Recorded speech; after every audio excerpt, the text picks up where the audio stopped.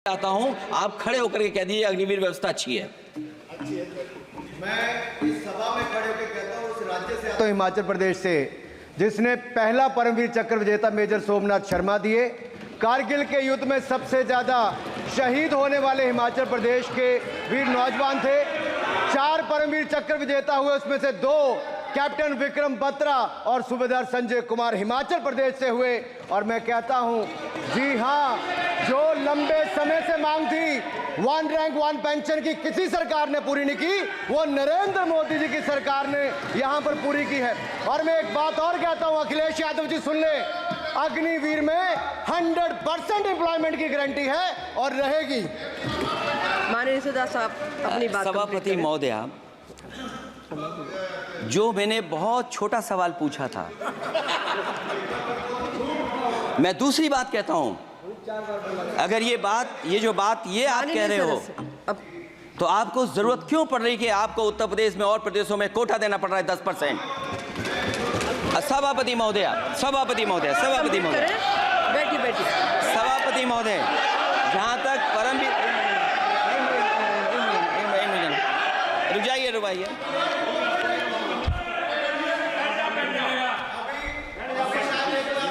अरे सुन लेने दो। माननीय सदा साहब अपनी सभापति महोदया, सभापति महोदय, चैल जानते हैं आप कहाँ हैं? चैल जानते हैं आप कहाँ हैं? कभी गए हो उस मिलिट्री स्कूल में?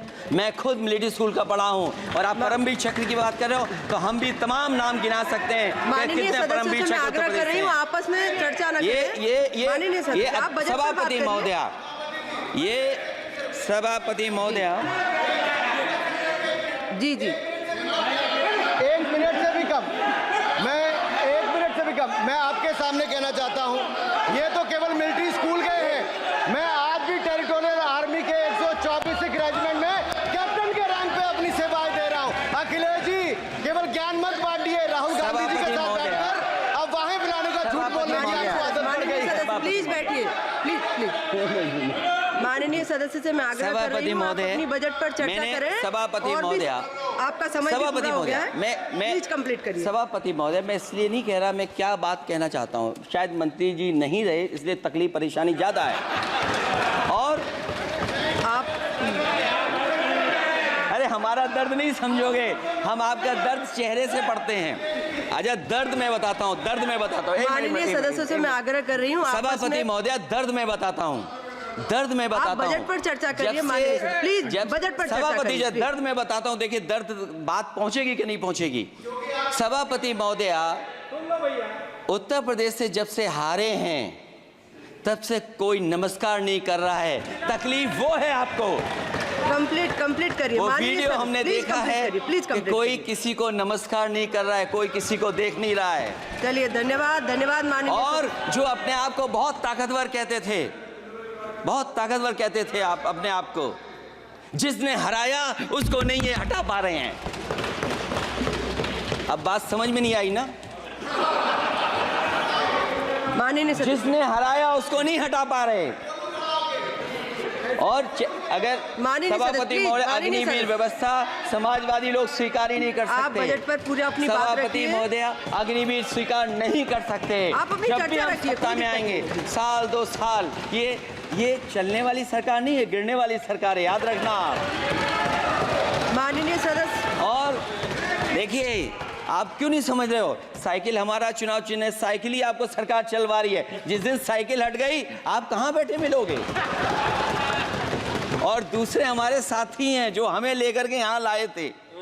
माननीय सदस्य, मैं आग्रह कर रही हूं, कंप्लीट करिए। सभापति महोदय, मैं 2-3 बातें कहता हूं यूपी को लेकर के, मैं मांग करता हूं। कंप्लीट करिए आप। सभापति महोदय, चंबल एक्सप्रेस वे बनना चाहिए, क्योंकि देश का सबसे बड़ा एक्सप्रेस वे जो 1 लाख करोड़ का बना है, वो दिल्ली मुंबई से है।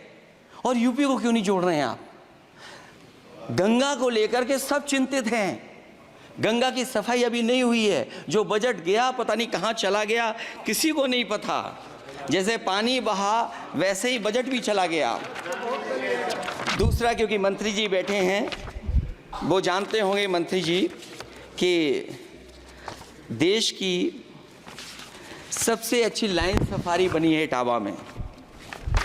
और उस लाइन सफारी को बनाने में हम लोगों को बहुत समय लगा, क्योंकि एक लाइन सफारी एनिमल सफारी अगर बननी हो उसको बनाने में बहुत टाइम लगता है, बहुत जगह से परमिशंस लेनी पड़ती हैं।